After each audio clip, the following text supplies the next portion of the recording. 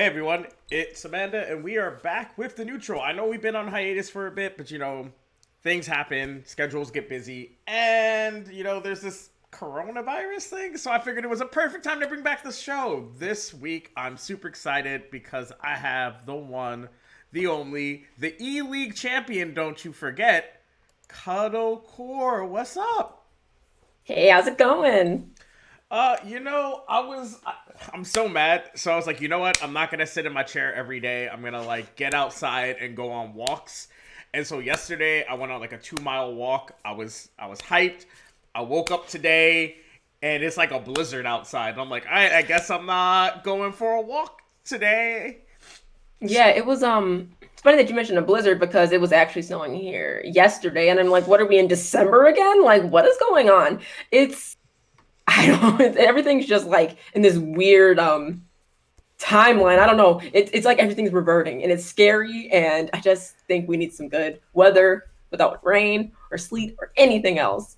Yeah, I'll take all of that. So, you've probably been asked this before, but I definitely haven't asked you this. So we're gonna start this interview easy peasy. What's a cuddle core? What's Where does that name come from? well, you know, I was a really big fan of Dance Dance Revolution when I was like a Oh, teenager. Like, and God, I love that game to death. And so I played. There was a specific one I had. Which one was it? Dance Dance Revolution Supernova. mm-hmm. And I was like, oh man, I love this game. And there was a song I always kept uh, playing, and it was called Murmur Twins. And so I would listen to the song Murmur Twins while I was doing homework, and I listened to the song on YouTube, and they had the Cuddle Core remix. And at the time, I was looking for a new name on PSN, Mm-hmm. and I said, Cuddle Core, that's it, that's it, that's the ticket. And I'm like, it's soft, it's cute, it's sweet, and at the time, I'm like, that's everything that encompasses me. Now I wouldn't. I think that's part of me, but that's definitely not me as a whole anymore. But So like I can't get rid of it. if you came up with your handle today, would it still be cuddle core? No, probably not. I always used to gravitate more towards the Broken Butterfly. I really liked the name of the Ooh.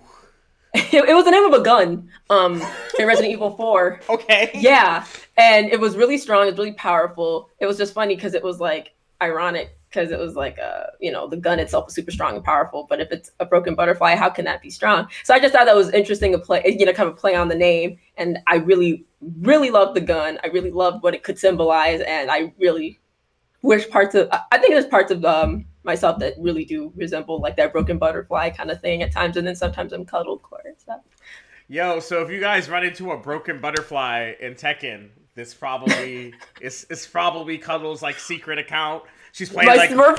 she's like playing grapplers and shit. I can't play King though. I can't actually play King and Marduk, but yeah, no, but it's under my main account, so I can't Smurf anybody. So. I'm just saying, guys, if you ever run into a broken butterfly, it might be Cuddle Core. So if your shit got rocked, it's kind of not your fault. It's not your fault. So I know you play Tekken. Was Tekken your first fighting game? Like, if you go back, way back into the Wayback Machine, what was the first fighting game you ever played? It was definitely Tekken. It was definitely Tekken. I played every single type of fighting game back in the day. I played Tekken. I played Mortal Kombat. I played Marvel vs. Capcom. I played Soul Calibur, Virtual Fighter. I played everything. Oh my god, my dad. It's funny because he bought everything. Whatever he thought looked cool on the cover, he was one of those.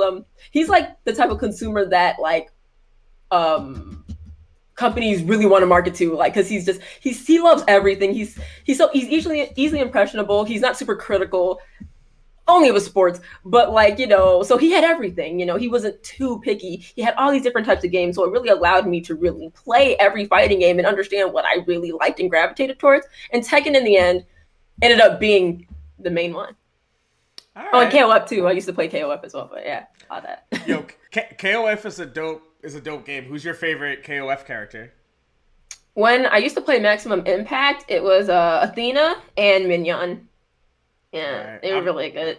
I'm basic. I like me some Terry Bogard. Like, Oh, Terry's sick though. yo, and I play him in Smash now. Oh, he It's is so in much. Smash. Yo, it's so much fun.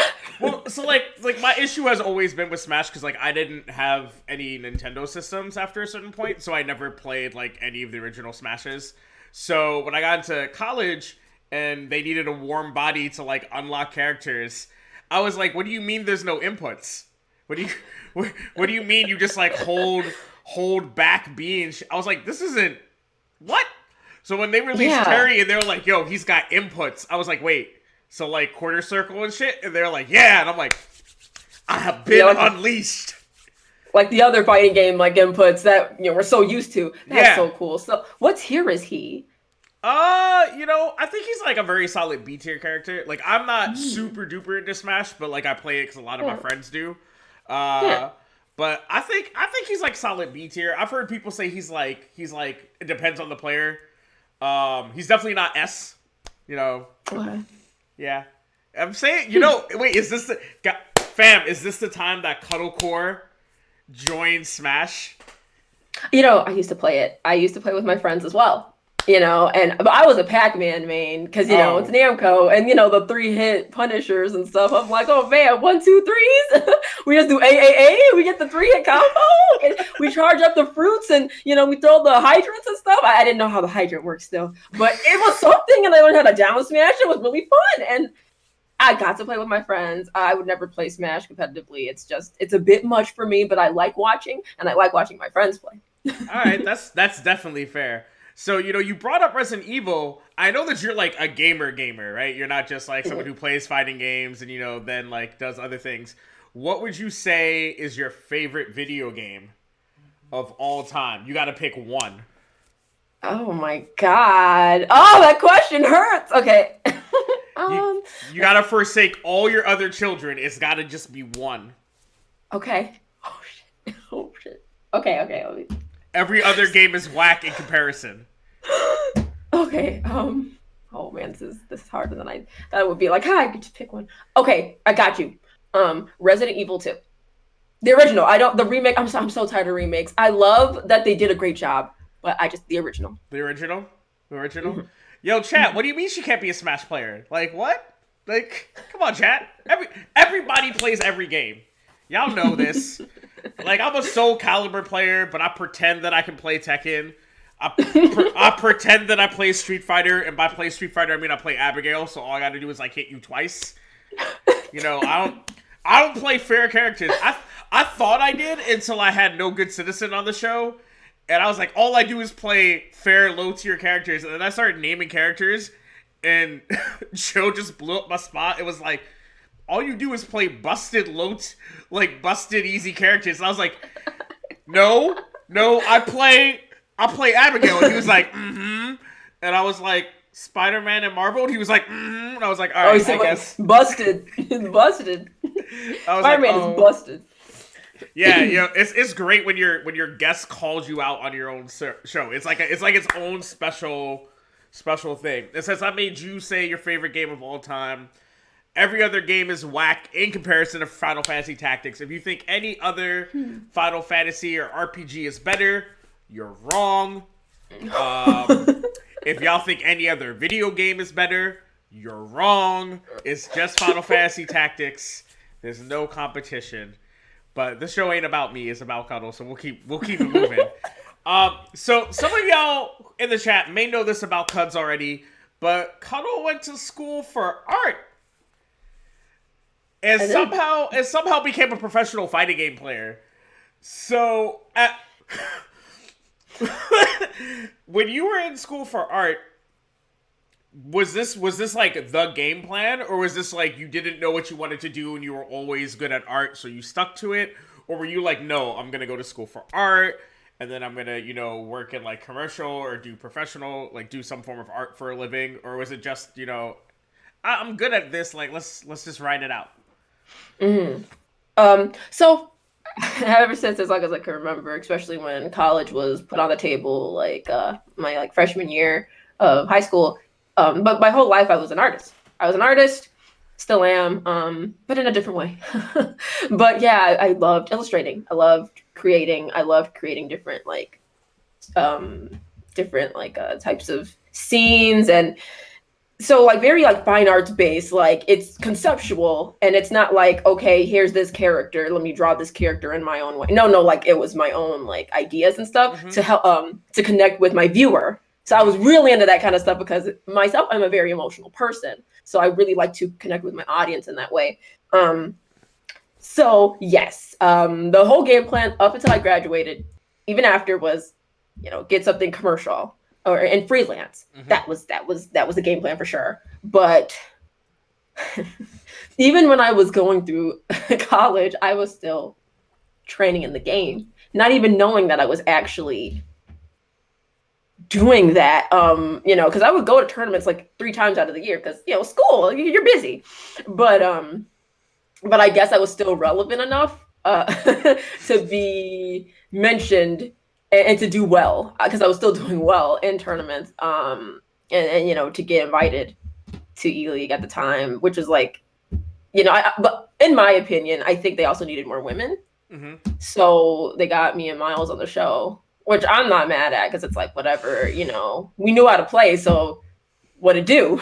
And y'all won, so like whatever. Right. It's like I was cool with that, because it's like, I'm sorry, I wouldn't want to just see men playing. I don't give a fuck. That's annoying to me. And I'm glad they did. And when I saw at the final like 2 years ago, 1 year ago, I think it was 1. I told them, I said thank you for picking me to be on it, because after that, like, it made me realize I could play like really strong and I could trust myself. And it made me realize maybe this is something I wanted to do, like as a full-time career. And, it opened up so many doors after that. And I got even stronger. And so, yeah, that was not the game plan. The game plan was not to be... So before E-League, fighting games is just like this thing that you enjoyed, not necessarily career. And E-League kind of showed you that maybe I could go all in? Exactly. Yeah, because even like, though I was like every 2 weeks I would like play and train with like my ex now, but I train with him, and then like Shadow, and I would play with them, and I was super competitive. Even if I wasn't like a pro player, I was hella competitive. Like no matter what I did, I wanted to be good at it, and it translated over to everything I did. So at tournaments, I mean, I got an Evo already like twice at that point. I got a combo breaker like twice. I placed really well there. I got like 7th or something. Like I was like, this is like all really random, because I'm like, I'm an artist. I'm trying to be a professional artist, but I'm really good at this. And so I'm like, okay. And so then after that, and then realizing like, after EQNX asked me, hey, like, want to be on our team? I was like, huh. And so I took a whole year traveling around the world competing, and becoming super strong and becoming a top American player. And speaking up about things, being an advocate for women in like, in the space, and like all this stuff. This was not the game plan, but I'm really glad to be here. It's kind of, I tapped into my other talents because of it, and art actually helped me with like video editing and like fashion, and how I want to build my brand and stuff too. You mean like that hoodie? Yes. Yo, I'm kind of mad. So I don't know if y'all follow Cuddle on Twitter, but Cuddle shared this really dope hoodie that they got custom made, and I'm expecting them to wear it on the show, and then this girl comes out in just an EQNX hat and a white t-shirt. I barely touched the hoodie. It was a gift from someone very special, and he talked to the guy, and he's like, hey, yeah, can you hook her up for me? And then I got shown this, and it was like, it was crafted by the gods, right? And I'm like, oh shit, like this shit is... Yo, the chat's asking about the hoodie. Where's it at? It's in my closet. Do you guys want to see it? Yeah, chat. I have it. Chat, y'all want to see the hoodie? It's pretty dope. Go grab it. I love it. I got you. Hold on. Yeah.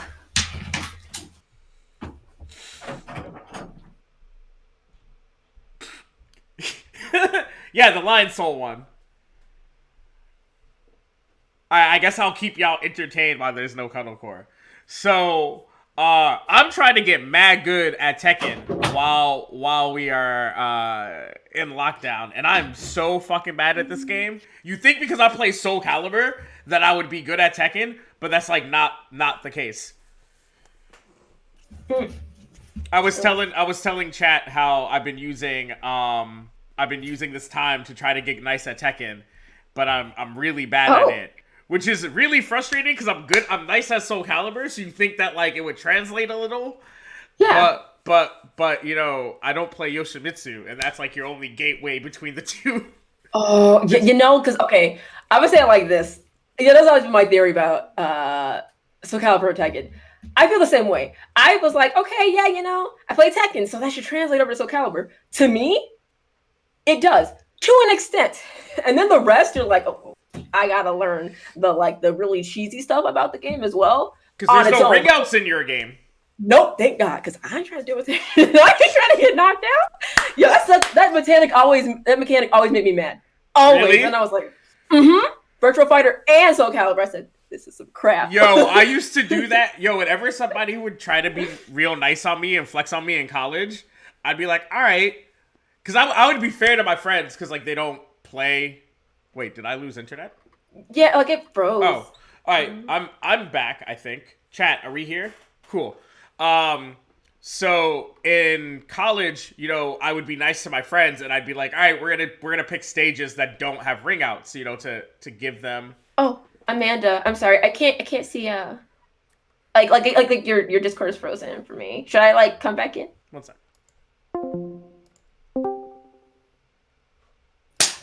Hello. Okay. I'm back. All right. Sorry, chat. You know, it's like snowing pretty heavily out here, so it might be affecting my setup. So anyway, what I was saying is that in college, I tried to be nice to my friends, and so I would only pick non-ring out stages to like give them a fighting chance because nobody wants. Because if you ring somebody out, they talk mad shit like, "Oh, you not nice. You ringed me out. Like I could have won that round." But when people tried to be like.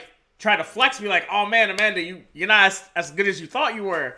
I'd be like, all right, let's actually play some Soul Calibur. Let's actually play a ring out stage. And then that's when people would learn they don't have movement skill. Movement's huge in that game. And then they'd be like, oh, well, you just ring me out. And I'm like, bitch, that's what happens. That's what this game's about.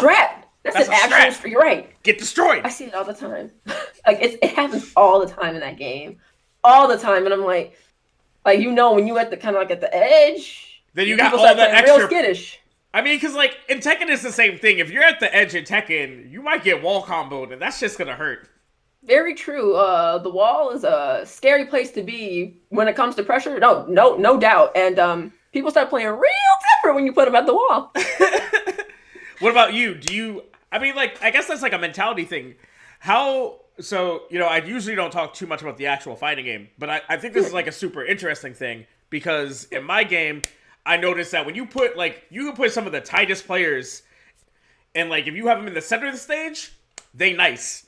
The second you put them like right at the barrier, they're like, they're not pressing as many buttons anymore. They like, they being as safe as fuck.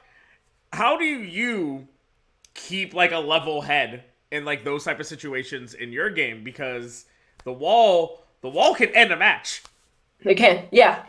Okay, so what the way I used to handle it before, like when I was still when I was getting my pro feet kind of wet in the pool, I was kind of like, you know, I felt like I was pressing a lot more when I was at the wall because I was always trying to fight to get off the wall. So I was pressing more. But honestly, you don't always have to. Sometimes you kind of there's like this mentality where it's like, you know, let it be the way it is. You don't have to always attack. Sometimes you want to utilize your movement more than your attacks because, you know, if you're trying to challenge with attacks to get off the wall, what can easily happen is like you can get counter hit because you're swinging a lot. So something that people decide to do is it's something that I've been like really trying to use is like their patience and like position switching. So say if somebody like I throw somebody, but they break my throw. Just because they break it doesn't mean anything because it still like creates the animation of it. We switch sides.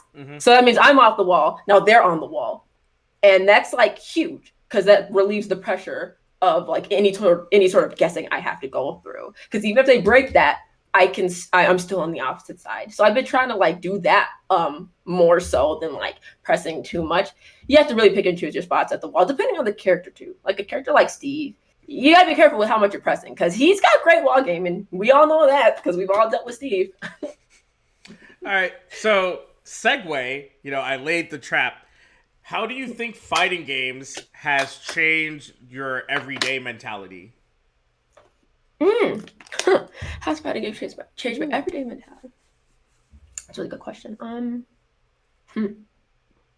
Well, with fighting games, I always feel like when I was originally like playing, I was always like go go go go go, like kill, like that's it. And I wanted things to be done and over with. Like I always felt like I was always rushing, And even in my real life, there were times, depending on what was going on or certain things that made me feel anxious, I always felt like I never had enough time. I always felt like I had to rush. And I always felt overwhelmed when a lot of things were going on at the same time. And that's multitasking, which also happens in fighting games. So something I had to really teach myself, and in real life too, and because of fighting games just helped me too, was it's okay, like use the clock. Use every part of those, like the clock, the seconds. Breathe in, breathe out, like, allow yourself to play with the time. Not everything has to be a race. This is your own journey. The way you get to the end is different than somebody else. Your goal is to get there though. It's a strategy, but you have to plot it out. And honestly, that's what I learned from fighting games, is that it's not always about rushing to get rid of something, but it's like working through it and going at a slower pace. Because I am somebody who always who used to always like to go on like press the gas pedal all the time, and I'm just over the last year, it's like I really learned that it's like you can play slow, and I'm like I've learned that I can be. I'm always evolving as a person, and I really like that. I'm not so scared of myself anymore, and the sporadicness of myself, because I'm always like rushing. I feel like I'm slower, I'm calmer, and I don't get so overwhelmed. So like when I play, it's like, all right, cool, I'm in control. Yeah. No, that's dope. I think that one of the things is real interesting because I think that fighting games, and I think this is true of like any sort of intense hobby, so sports, fighting games, for me it was Magic the Gathering. I think that when you dedicate yourself to something like that, it does sort of change who you are as a person in very different ways. So for me, in Magic, I had a very similar experience, that when I started becoming more of a competitive Magic player, I became way better at like stepping back and trying to look at like a whole situation, because you can't just sort of, zero in all the time. And I wasn't like you, where I was like, push, but I would always make sometimes like the first easiest option every time. So like if I was presented with like 3 choices in a situation, I would always pick just like the most linear one. And after I started playing more Magic and started getting better at it at a competitive level, I realized that in the game, sometimes like the best line of play isn't the one that's like the most readily available one. And so I always find it interesting talking to people who like transitioned into fighting games, because there are some people that have just been playing it since they were super young, and they've always been playing at like a super high competitive level, like Zhao Hai, right? He's been playing competitive fighting games since he was like, what? I think he was like 14 really or something. Yeah. So like he's not someone who like this question I think like works super well with, because like what was Zhao Hai before fighting games? Like an elementary school kid. So it's not the same. Same thing with like someone like Justin, right? You know, those type of people who've been playing for so long and at such a high level, I think that like their mentality, they probably can't even think about like the fighting game. That's what they've been doing. Yeah. Whereas like someone like you've been playing, not that you haven't been playing fighting games all your life, but at this competitive level where it's like, so it's different. It changes you a little bit. It has. It actually really has.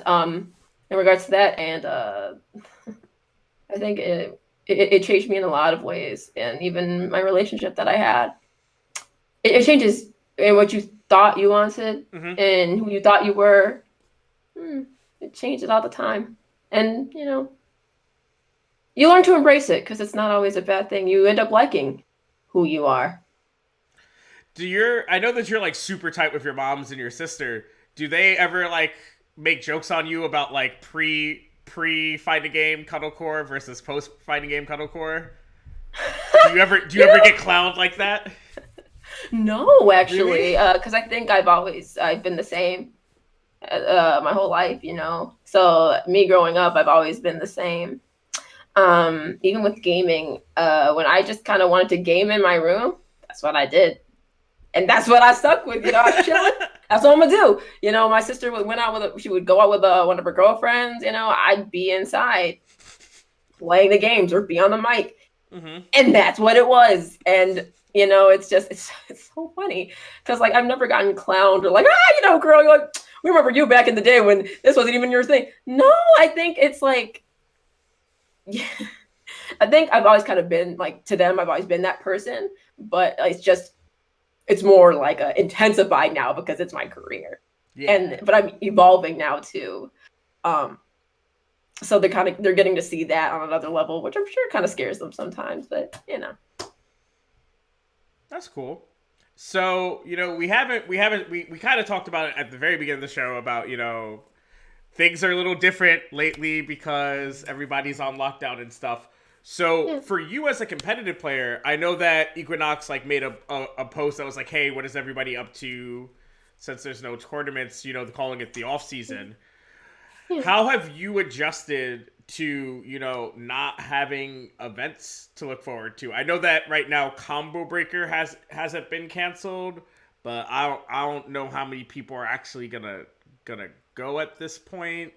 So like, has this affected the way you train? Has this affected your mentality yet anymore that there's like less events on the horizon? Well, I'm gonna say it was like a blessing in disguise. I wanted to break. I was tired. I was really tired. And I'd been competing all year. And emotionally it's been a lot. To be honest, I wanted to seek some sort of rest or therapy because mentally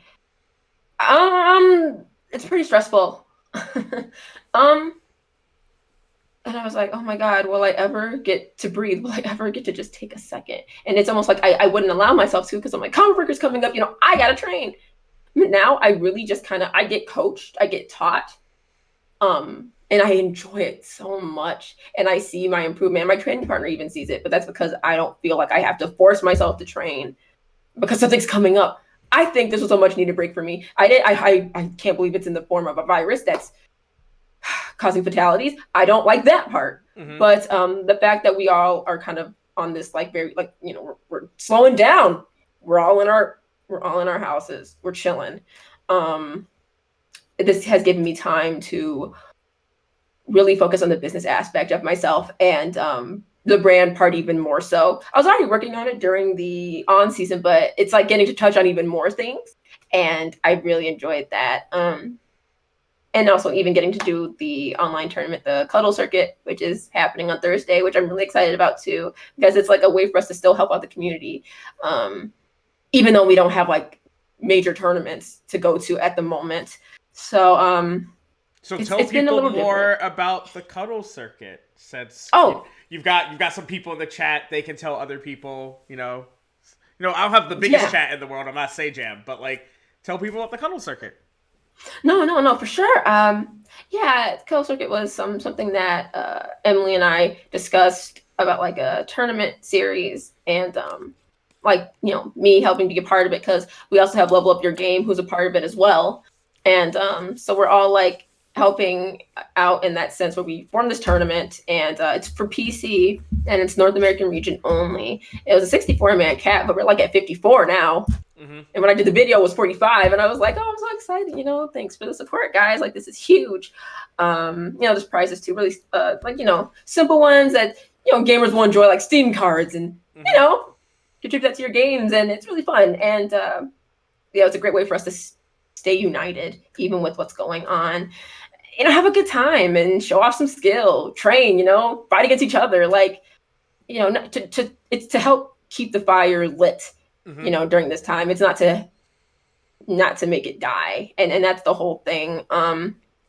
It's just, it's, it's interesting how we're really trying to like help as a team, help the community, because I've never done anything like this. But yeah, so the Cuddle Circuit is going to be really exciting. And it was like really great saying that I'm a part of this too, because, you help in other ways, but it's like, this is like an actual tournament that I'm really excited to commentate, because I wanted to commentate too.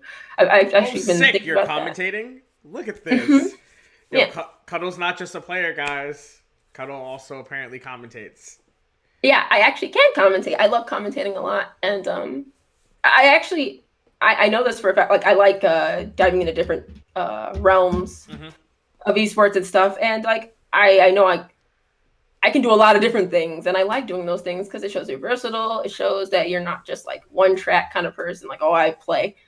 That's cool. But I mean, show that you're, well-rounded, which there are some players that are, and that's what displays a really like good brand, I think, too, showing that. So I just like doing it too. So is the Cuddle Circuit going to be like a weekly thing, or is it going to be monthly? Monthly? All right. Monthly, yeah. Mm-hmm.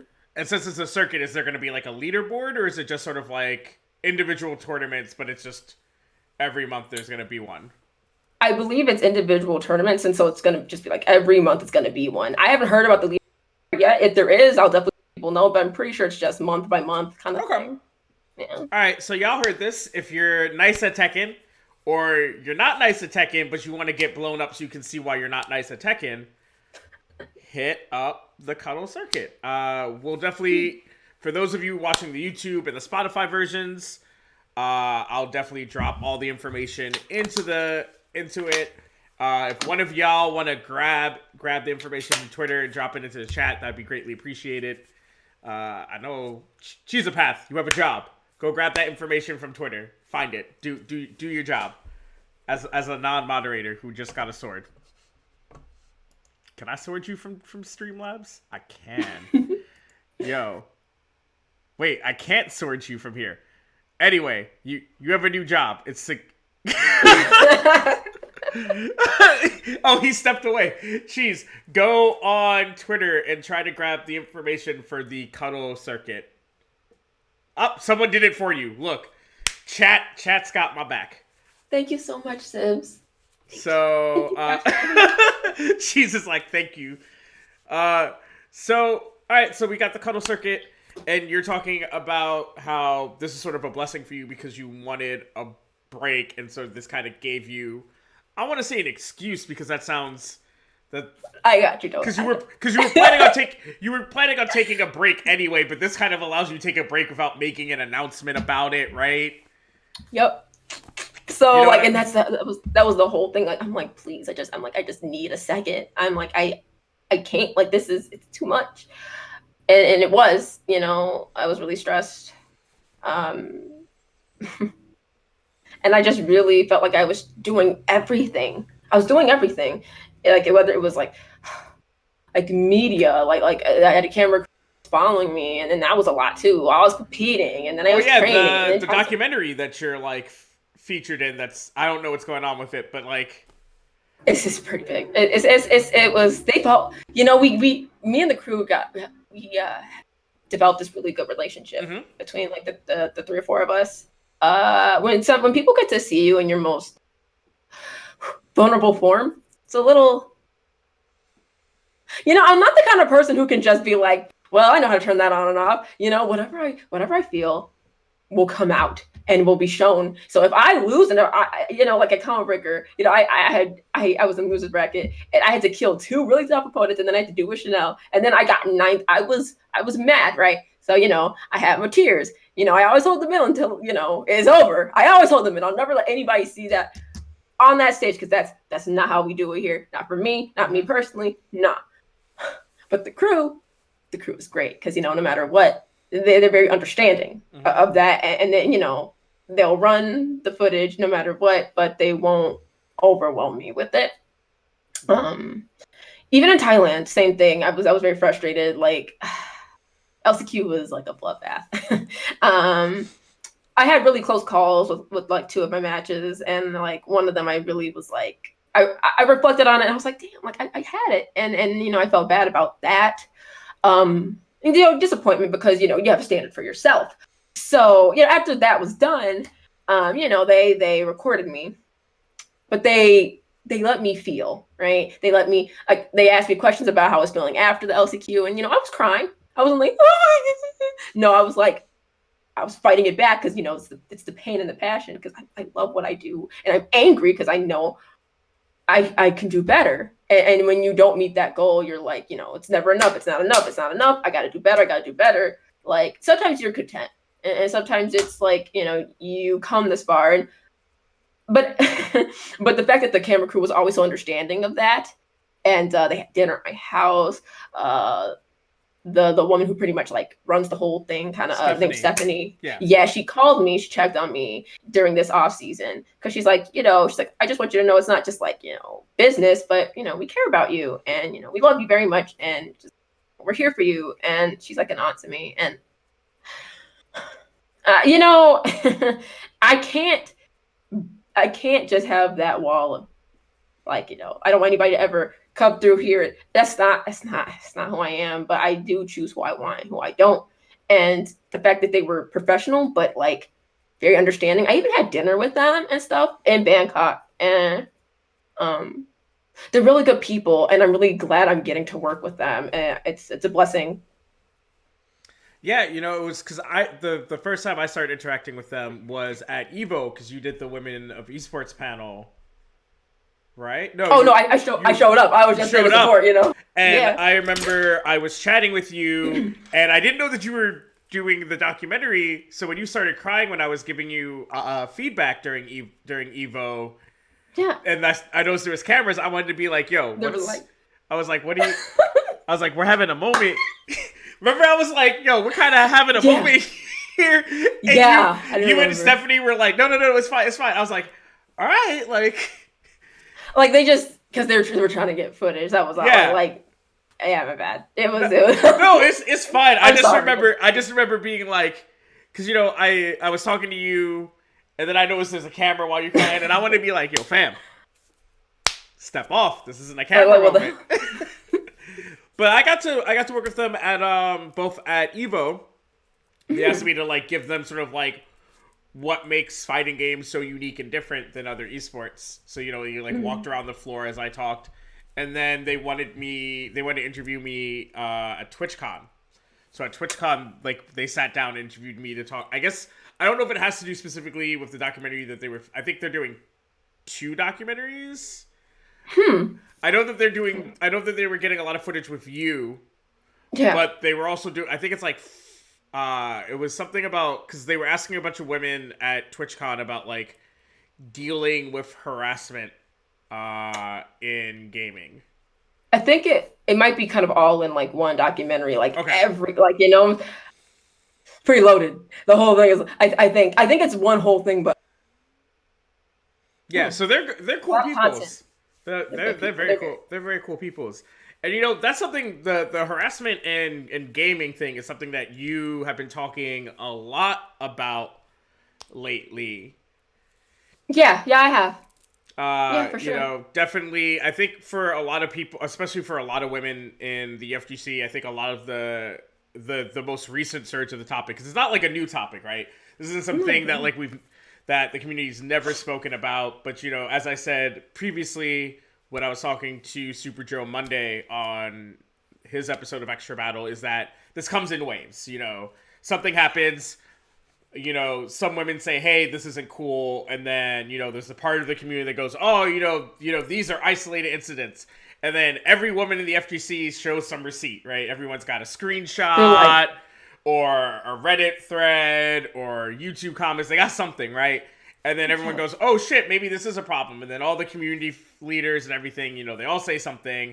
And then everybody talks about change and how to be better. And then, you know, nothing happens for a bit, and then, it goes away, and then something comes back. And so I think, recently a lot of people started talking because of Evo Japan. There was just enough shenanigans going on at Evo Japan.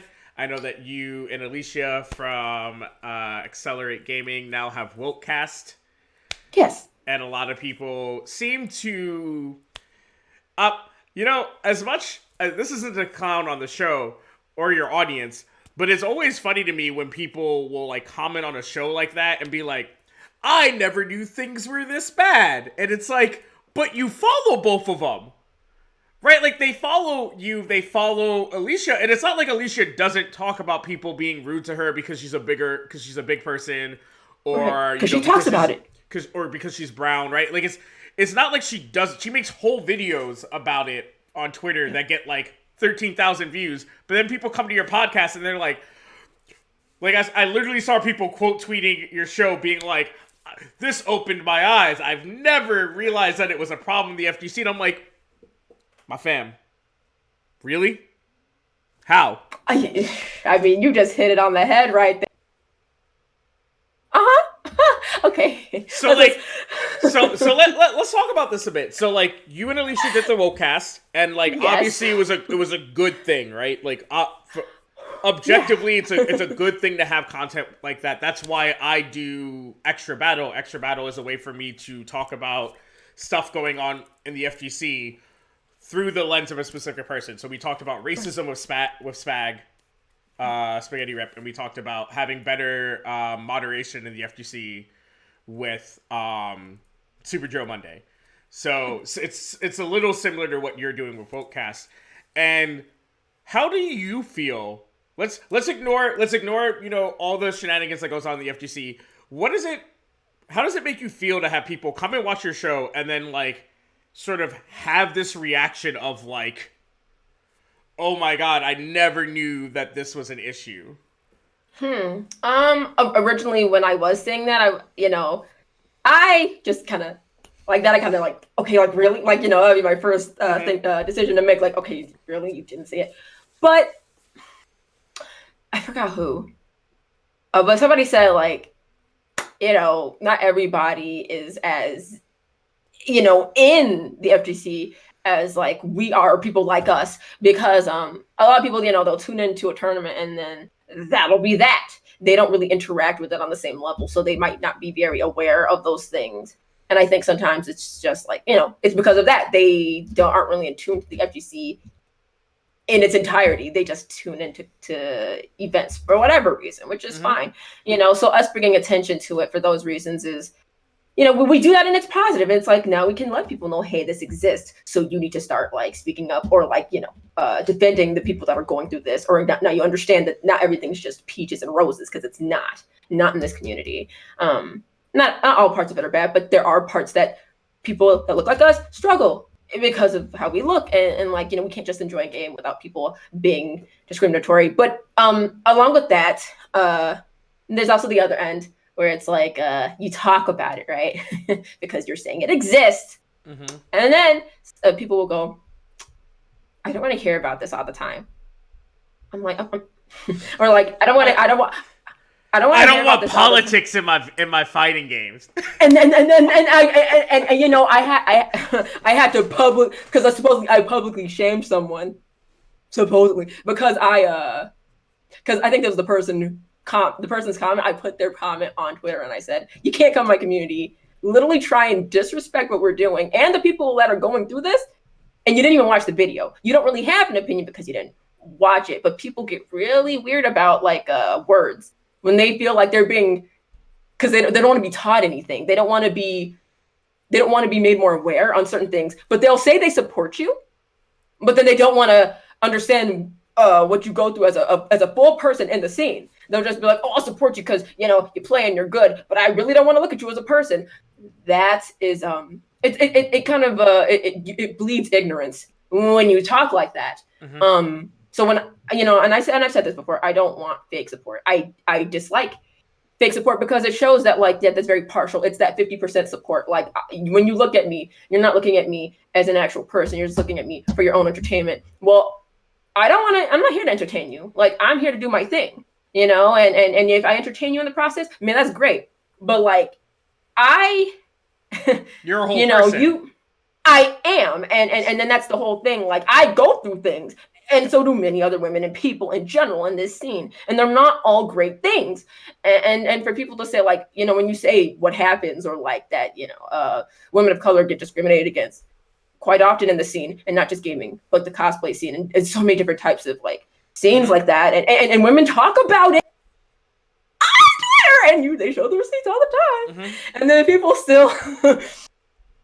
I mean, like, well, I gotta talk about it. Like, you know, I don't want to deal with their grievances. I'm sorry, what? You know, and then that comes up, and you know, and for me, I say, like, look, this exists. I'm telling you it exists. I deal with it. I don't have to tell you every situation A, B, and C for me to have to prove that this exists. And you don't even believe it anyway. So I don't want your support. And yeah, I definitely, with dealing with the woke cast and making it, there are people who are definitely on that at that side. And I've noticed that there are it's a lot of men who try and speak for the women in the scene, like they know how these women feel. It's not all men, but I see a lot of the people who are trying to respond, kind of like the debate against certain things. They're men. And so overall, though, the woke cast is great. We brought the exposure and awareness, and we're saying that this is not okay. Like, yeah, we're figures in the scene, we're doing well, but it hasn't been without its struggles, and there's still things that we deal with. And so, like, talking about them is like so important. So like, I'm like, you can be mad, like be mad that I'm, you know, speaking on this with my girl. I want you to be mad. Go over there, be mad, you know, be uneducated then, while we stay over here doing our thing. Like, that's my whole thing. I think one of the things that like really gets to me in these situations, especially, you know, because I talk a lot about being trans in esports, is that a lot of people say, you know, I don't, you know, like I already said, you know, I don't want politics in my whatever, right? And the thing is like, people forget that nothing is like asymmetric, right? Nothing is like just fighting games, or, you know, just League of Legends, or just baseball, right? Like, these are real, exactly, cheese. There's politics and everything, because there are people involved, right? This isn't, nobody's like a robot, or we're not characters in a TV show or something. Like, we're actual people, and we bring all. One of the things I thought that I've always thought about the FGC is that the coolest thing is that you have all these different ethnicities, you have all these different backgrounds, people coming from all over, right? Like, it's cool that I get to have regular conversations with Bon-chan, who grew up in, like, is from Japan, grew up in Japan, has very different experiences than me, you know? Same thing with how I feel about getting to talk to, like, NL every now and then, right? Grew up in Korea, very different experiences than me. And so when you have these people from all of these different backgrounds meshing, it's never just going to be about just fighting games, right? Sometimes it's about food, right? Like, yo, I love going to random events and being like, yo, what's the dopest food I can get in the area? But nobody goes, hey man, we shouldn't be talking about food right now. It's fighting. It's fighting games, right?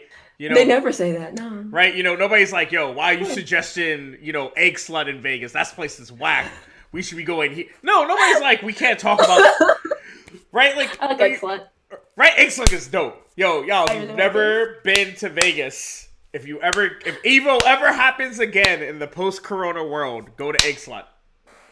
It was a really delicious place. Go to Egg Slut. That was really good. Right? But, you know, it's weird to me that, like, you know, and it's something Spag brought up. Because Spag, when he was talking about people being Islamophobic, he said that, you know, one of the things that he was worried about when he made his Twitter post was that, you know, people, he didn't want to be not positive.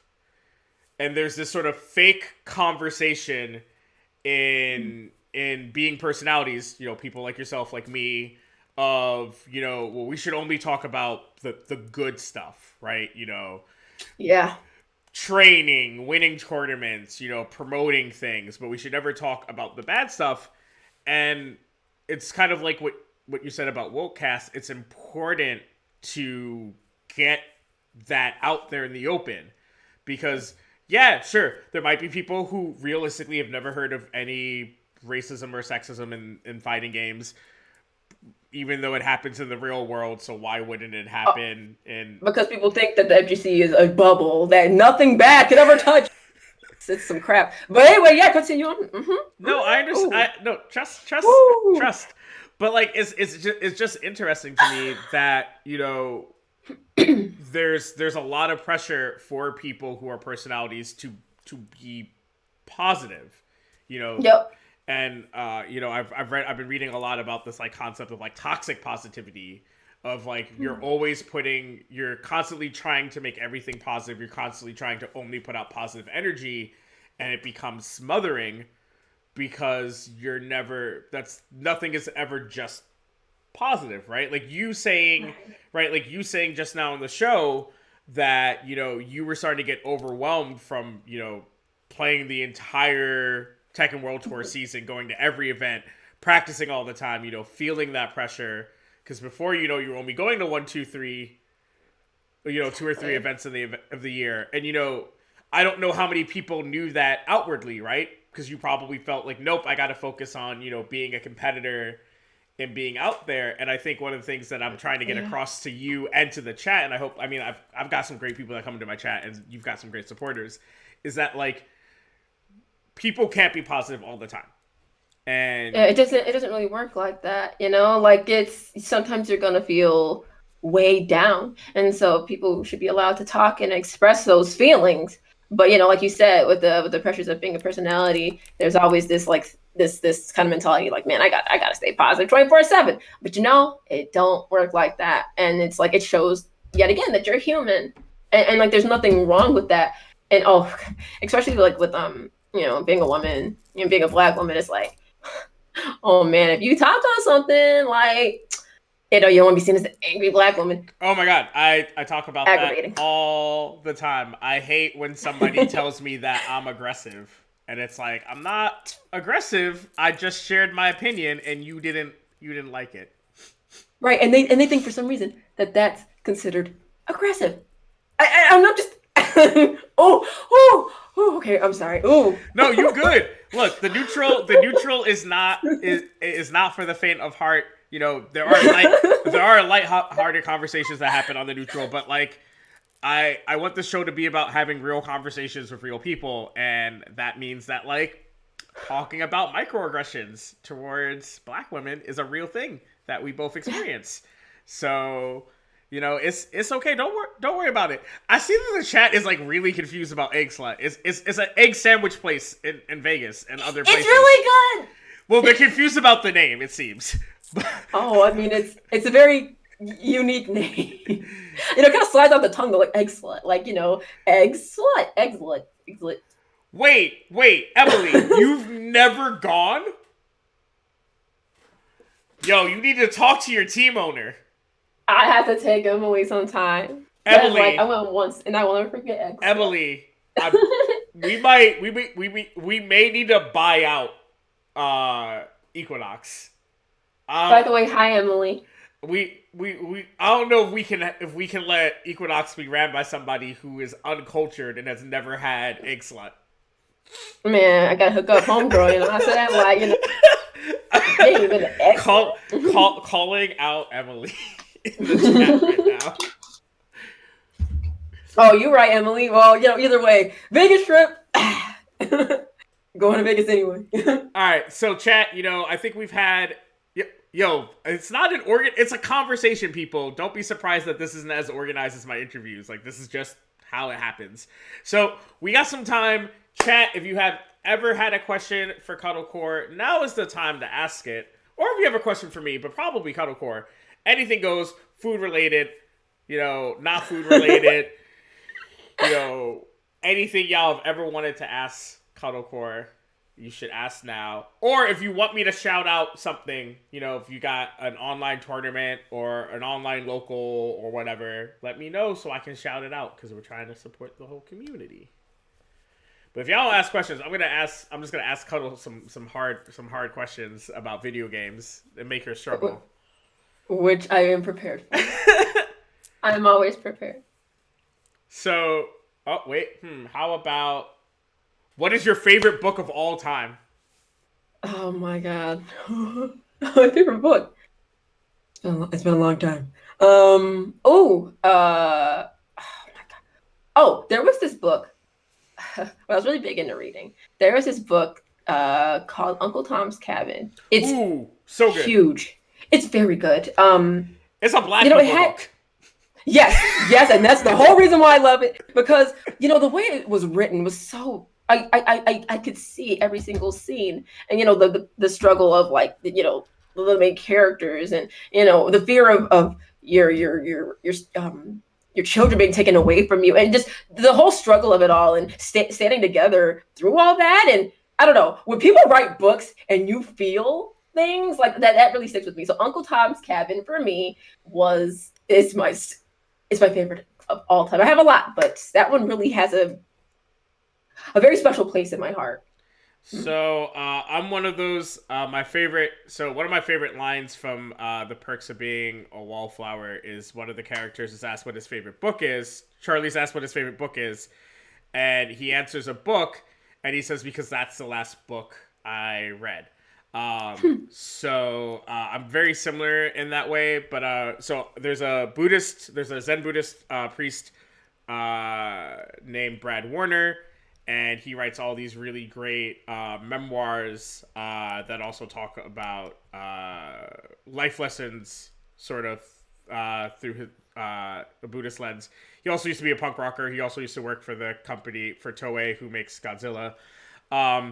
And he recently released a book called "Letters About Zen to My Dead Friend."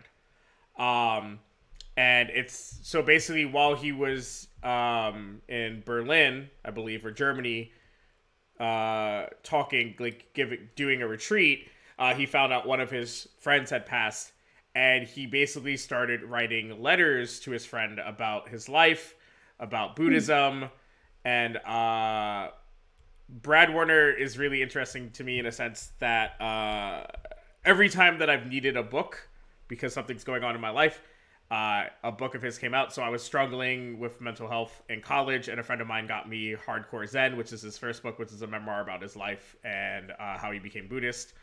When my mom died, there was a book that came out. He had a memoir called he had a book come out called There Is No God and He's in Everything, and it was basically him talking about struggling with the concept of God as someone who's raised Christian but is also a Buddhist.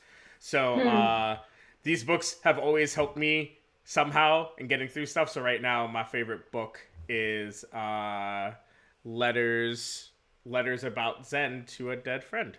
I recommend it. I will put it into the show notes, and I will put an Amazon link. The next question is from Chisopath, who says, what are you both doing to keep your spirits up during quarantine? So what are you up to? Well, I have a schedule. The schedule, I make sure I stream different games. And that's kind of like that nice, like, quiet time I get with my friends. Mm-hmm. So, like, we're streaming games, we're having fun.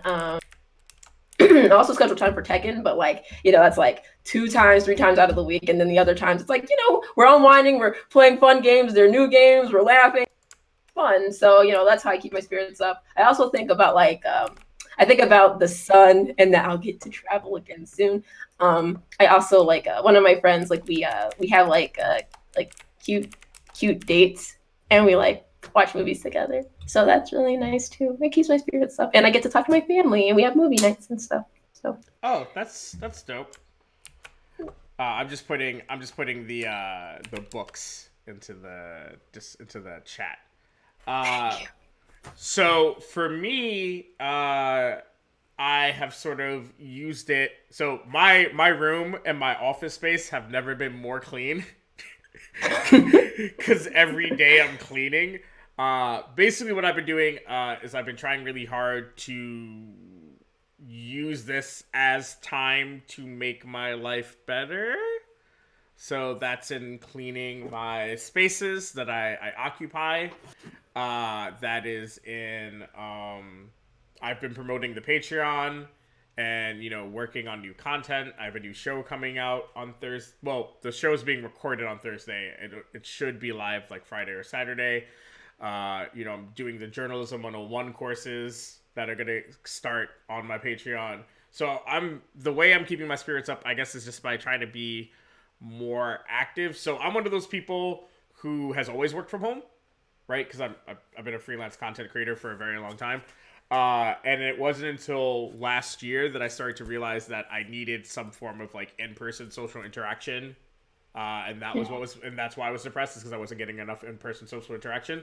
So, Corona has been awkward for me because, like, even though my life hasn't drastically changed, because I've always worked from home, I've always spent a large amount of time from home, I found out how much I needed my, like, 1 to 2 physical hangouts a week. So we've come to the conclusion in my friend group that I play Magic with that having people still come over to play Magic isn't unsafe, because all of us don't go anywhere. So the one going somewhere is coming to my apartment, and we take a lot of precautions. Obviously, you can't social distance when you play Magic because you can't be 6 feet apart. But everybody comes in and they wash their hands immediately. There's hand sanitizer at the table. We don't touch each other's cards anymore. We do as much as we can to be safe while still being pretty next to each other. But it's just about like finding ways to still install an air. Yo, we have a foyer. Sib, we have a foyer, so I've thought about making people like hand sanitize when they come in, so before they can even come into the main apartment, they're like kind of sanitized. That's nice. I've thought about it, right? I'm crazy like that, but like it's just trying to have a good heart, right? I try very hard to promote positivity on Twitter and on my Facebook. I'm trying to do it in my Discord server. I know what it's like to feel isolated and to be depressed. So my way of feeling better is by trying to make other people happy. So that's what I've been trying to do. Yo, Dom, an airlock might be a bit much, but I'm not trying to catch that corona. So like, if I need an airlock, I need an airlock. Like, come on, fam, come on. Any other questions, chat? Right, Sim? You can never be safe enough. You're right. Demand next. I wish I could build an airlock. It'd be sick. Any other questions, guys? Before we start to wrap this shenanigans up. I'm an open book, that's for sure. I would say anything pretty much. To an extent, but for the most part. You can't think of any? Yo, I got one. What is Emily wrote? What is what? What is boop boop boop boop boop boop boop boop boop boop the what is the Yo, Emily. Best thing about. Yo, is it about Emily? Because I have some answers. I hate you, Emily. Why are you doing this to me? Actually, I could. If she asked me. Yo, what is the best thing about? The best and worst thing. God! Why is she doing this? About how CV is affecting your life. Oh. Okay. Yo, so the best thing is, like I said, my apartment is so fucking clean now. Like, I've almost done all my laundry. My office is looking pretty dope. I'm gonna be doing an office tour tomorrow because I'm that fucking cringe. Because my office is my dining room. I took over the dining room and it's my office. The worst thing I think is that I don't see my partner. So I used to see my partner every day because the lab that they work out of is literally like a block from my apartment. So I would be like, yo, Katie, I'm coming through to the lab. Is that cool? And Katie would say yes. And then I would hang out in the lab for like half an hour, maybe, right? And, I only saw her. them for like 15 minutes yesterday. So that's the worst thing. But the best thing is that, like I said, I'm making more content now. My space is so fucking clean. I framed shit and finally put shit up on the wall. I really like your office. Your office is really nice. I like it. It's got a lot of character, you know. Like I like that. I like that kind. I really like that. Like I love when people have bookshelves, like, and they just have all these. Oh yeah, this isn't even all the books. There's another bookshelf here, and it's got. There's a part 2. Yo, chat! I promise that I'll release a Twitter video that's a short thing. But yeah, so the best thing is, like I said, I've like developed better habits, surprisingly. And the worst thing is that I don't see my partner enough. But we're working on that. We're gonna start like streaming together, so that'll be cool. What about you? What is the best and worst thing about CV?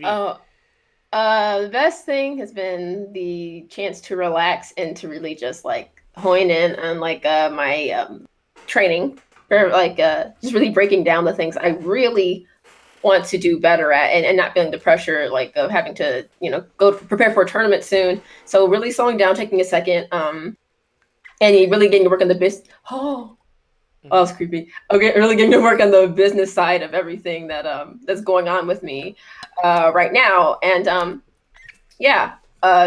streaming different things, streaming on different platforms. That's been really fun too. Yeah, like I said, the business part. The worst part has been not being to travel, see, just, you know, the different states, different people, my friends, stuff like that. I do like traveling. I probably wasn't going to do much out of the country traveling because I did that last year. That was a lot.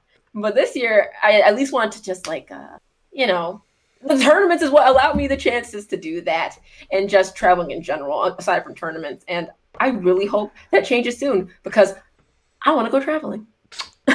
Valid. Valid. So we got one other, and this will be the last question, is Dom wants to know what drinks of choice, alcoholic and non-alcoholic. So for me, I live in apple country, so I live in upstate New York, so we got dope-ass apples, and we have a really cool hard cider brewery called Nine Pin, and they make some really dope hard ciders. So my favorite, I can actually pull it out of my mini fridge in my office. Ooh. Yeah. Like I see this. My office is dope like that. I do love pretty drinks. So I do. This is Nine Pins Raspberry Noir. It's so good. So fancy. Yo, right? I have a mini fridge next to my desk, Sims. It's the greatest thing ever. It is a apple and raspberry sort of sour cider. It's so good. Can you get this anywhere? No. So they do this thing called the 26er Club, and they make unique flavors once every 2 weeks, and then they're gone forever. And then the following year, they release them as limited cans. This is literally my last can, so I'm holding on to it because I need it for the dark times. I feel it. My other favorite drink is we have another local whiskey distillery, and they have a sweet tea whiskey. So good. So good. If you like sweet tea, and if you don't like whiskey, but you like sweet tea, trust me, it tastes like sweet tea. It's great. And as for my non-alcoholic drinks, I am a seltzer slut.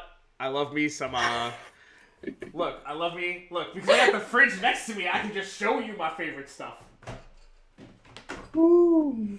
I live in the future. So Bubbly's Peach Seltzer is the shit. I've seen that. I was wondering how it tasted. It's delicious. Because I'm diabetic, so I don't drink a lot of sugary drinks anymore. So, yeah. So seltzer's like a nice substitute. Yeah, so chat. Y'all wish y'all balled out like me and had a fridge next to your desk. What is your favorite alcoholic drink and non-alcoholic drink? My favorite alcoholic drink would have to be Capriccio. Okay.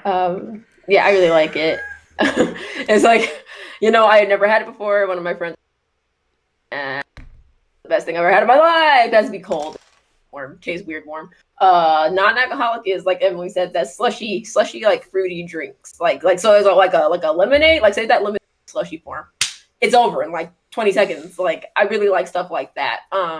Anything that's slushy and fruity is all me, and citrusy probably too. But, Yo, Dom, if you ever come through upstate New York, let me know. I will hook you up with some sweet tea whiskey, I promise. We got one. This is gonna be the last question, chat, because you know we got lives and shit. Maybe, maybe. Is oh yeah, true, Emily. Oh, what? Sorry, she said something about macchiatos. Yeah, she put me on to macchiatos with the caramel. She gives me a lot of caramel. I didn't know what that was until she showed it to me. Yo, actually, I have ever since. Emily, Sky took me to a coffee shop in LA that was hella yummy. I had a hot chocolate made with melted chocolate. Yo. What? It was yes. Is that the powder like we always do at home? No, this was warm milk with melted chocolate. It was the most next level shit I had ever had in my life, and I felt so bougie drinking it. But it's so bougie, and I'm not really that person, but it was like the most bougie thing I've ever for something simple. Like I've had some bougie ass mixed drinks and some bougie ass food. This was the fanciest hot chocolate I had ever had in my life. All right, so the next question is, how do you settle nerves on stage or late in bracket? My hands shake under almost any pressure. So for me, I'll be real. So as some of y'all know, I did the Red Bull Conquest Tour, and I will let you know that every night before the tournament, I was freaking out because, you know, it's working with Red Bull. That's such a big opportunity. But then I just remind myself that, like, if I'm doing this thing, that it means that I'm, like, good, right? Yes.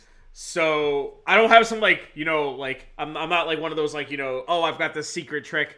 It's literally, the idea for me is, I will always get nervous because imposter syndrome is like a real thing. But I just tell myself, and it's something Vicious taught me. Vicious taught me that was really helpful during the Red Bull Conquest Tour. Jeremy's a great guy.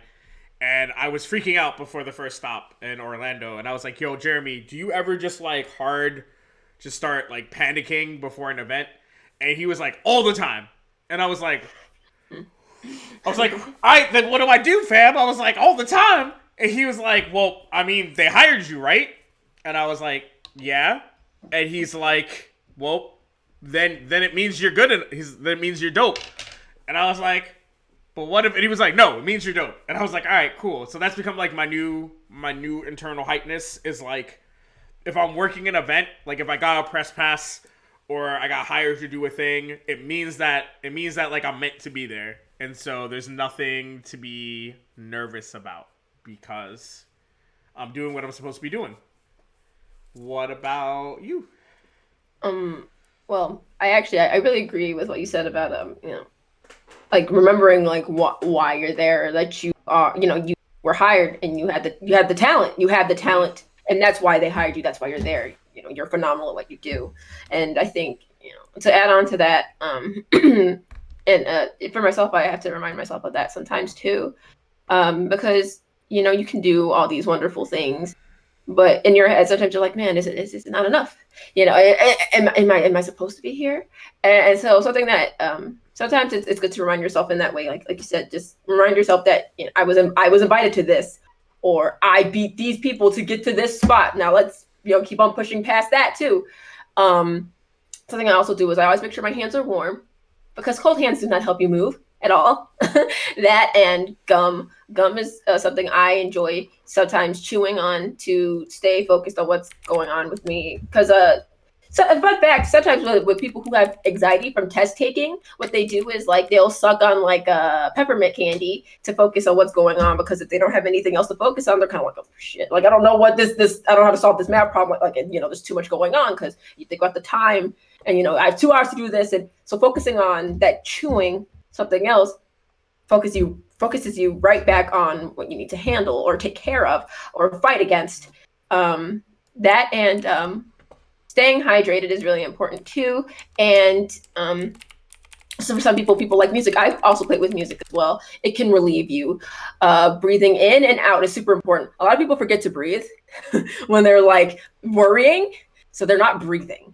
And so what's happening is, that lack of oxygen is just feeling, everything's closing up on you, but you have breathing in and out really helps. And having somebody to talk to, somebody in your corner, is very helpful as well. Being able to like bounce those feelings off of them and be like, hey, I'm feeling like the this. neutral. I would like your input, just like what Amanda said about and how he gave her that insight. And I think that's really good advice to be given by someone else, somebody you trust, somebody who knows you, somebody who you respect. So having those things can really calm those nerves, in my opinion, based on my experiences. All right, so that's our advice. We're gonna wrap things up because I have a half-eaten dinner over here that has been taunting me this whole show. I thought about eating it in front of y'all, but I thought that was weird. It's anal thing, I understand. So, Cuddle, where can people find you on the internet? What is your stream? Tell everybody. My stream is twitch.tv/cuddle_core. I also stream on Caffeine. So it's caffeine.tv/TK_cuddle. And that's both places. I do a lot of variety streaming, but a lot of Tekken. But then there's some side games. We have a good time. So it's there's never a dull moment there. And then where's your Twitter? Oh, somebody put the Twitter in the chat for us. Thank you. Thank you. Man, Sib, you're on top of shit. You need to become a regular on my stream so I can just say stuff and you just put it into the chat for me. I don't have to do nothing because Sibs is great. Like, he's a really good friend. Always good guy. Sib, be a regular, please. Follow the stream. Come back. I need you. I appreciate you.